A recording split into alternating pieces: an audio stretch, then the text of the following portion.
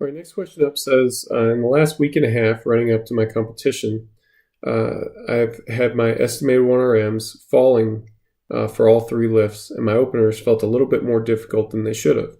Is this just due to fatigue, or would it be worth considering adding more singles or double repetition work in the few weeks leading up to my next competition? For example, would it be worth working up to a single at a RPE 7 or 8 and then doing my volume work after that?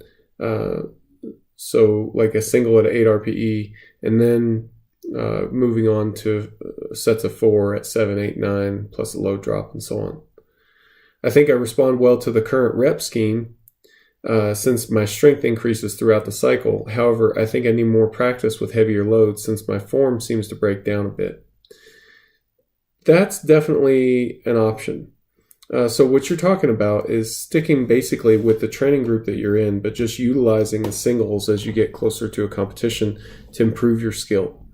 And yeah, that would be totally fine. I wouldn't do them strictly in addition to the current workload though. I would drop a set of similar RPE. So say that you're planning to do a single at an 8 RPE. I would drop one of the 4 reps at 8 RPE sets.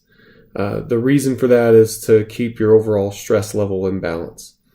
What that would do is get you exposure to the heavy weight, but not overtax your system in terms of recovery. So some things to consider.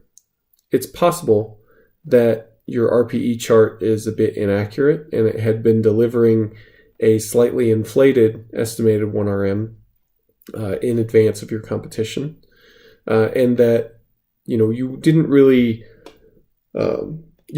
drop in strength level, but it was more of the estimation being inaccurate before, and then as the estimation grew in accuracy, it looks like there's a drop in strength level. So basically, we want to make sure that the estimation is as accurate as we can throughout the whole time span.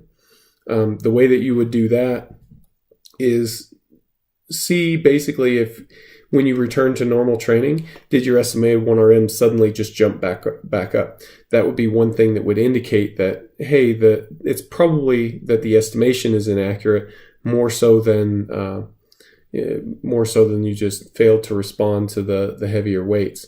Then also I would take the specifics into account. What weights are we talking about? What ranges are we talking about? Is this kind of an expected margin for error? Because if it's a strategy that you respond well to, then we don't want to mess around with it without at least a bit of consideration. So just kind of with those things in mind, that's how I would tell you to proceed from here. Including those singles is definitely a viable option.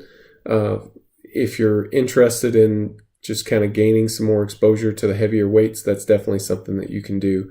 I would just be sure as you can be within reason that this is something that you want to do and that it's a well-considered choice, I suppose is what I'm really getting at.